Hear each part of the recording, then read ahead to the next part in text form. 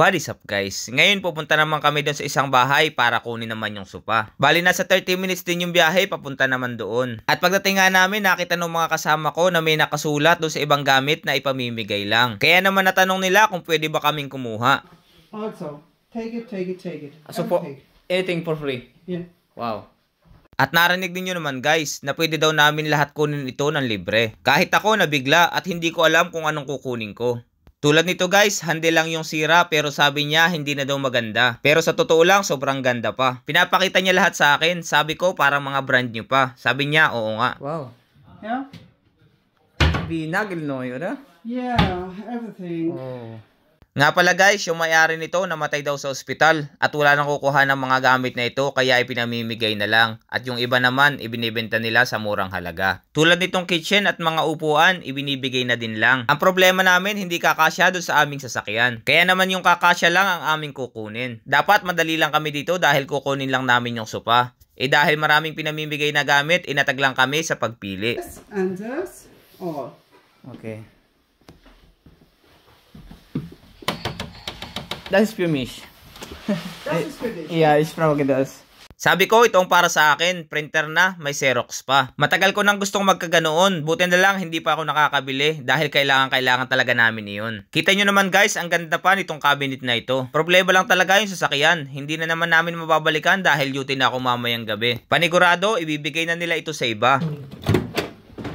Yeah, ganda pa oh. Yeah, ito na lang akin. At naunahan ko nga yung mga kasama ko dito naman sa microwave. Give up Filipino people as a I like gift. Filipino people. Wow, Thank you so much for the blessing, madam. At narinig ninyo naman guys, gusto daw niya yung mga Pilipino. Nurse din pala siya at katrabaho niya yung bumili ng sopa. At ito naman yung mga nakita ng mga kasama ko at gusto nilang kunin. Gamit naman sa pagtatrabaho sa garden at furniture. All of this man. Yeah. Wow. Yeah. And here also.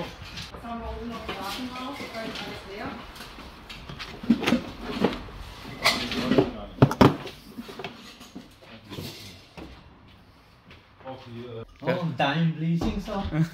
Oh. Kulang Ito na pa, lang yung pahingin yung bahay. Kulang na lang ipahangin yung bahay to. Akin to.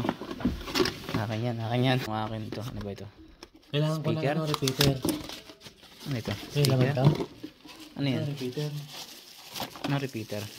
Yung pangpalakas ng signal. Bago. Ano ito? Speaker nga. Tama. Arachi speaker.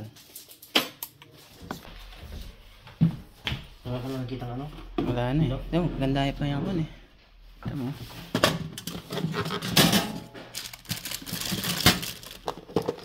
Yun o, pang manicure, pedicure.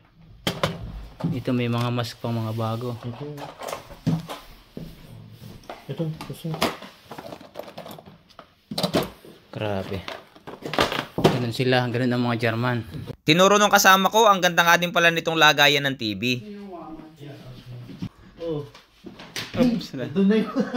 What's that? This is, maybe this is a secret, madam.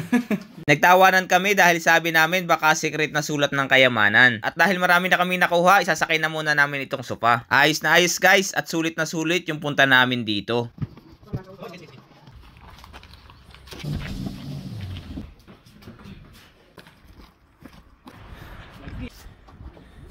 At pagkatapos nga naming maisakay yung sopa, yung mga gamit naman namin ang aming isasakay. Ito maganda oh. Ito pala guys ang maganda, sayang lang at naunahan ako ng kasama ko. Gusto ko sanang ipadala sa Pilipinas. Ano pang pambilyar?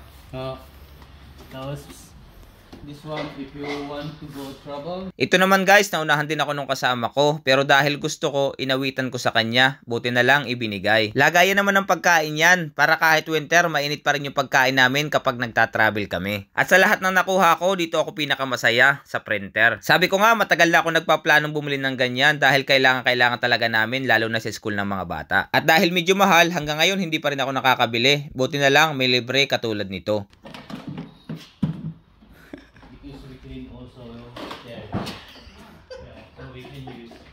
Thank you so much again. Thank you so much, madam. Isum next in mal. Ayan guys. Supa lang dapat ang kukunin namin, pero anong nangyari? Grabe. Sobrang kaming natuwa talaga. Muna aking nakuha, oh. Christmas light at saka yung ito, parang hard drive. So, dito ko lang ito. Ayaw magsarap rin na puno. Napuno.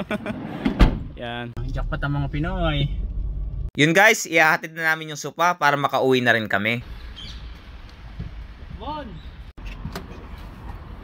Ganda nga naman, oh.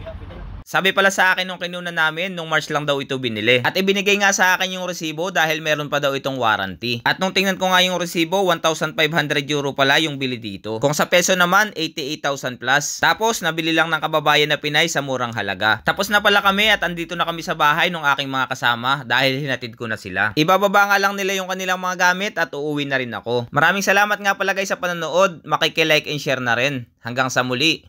Ciao!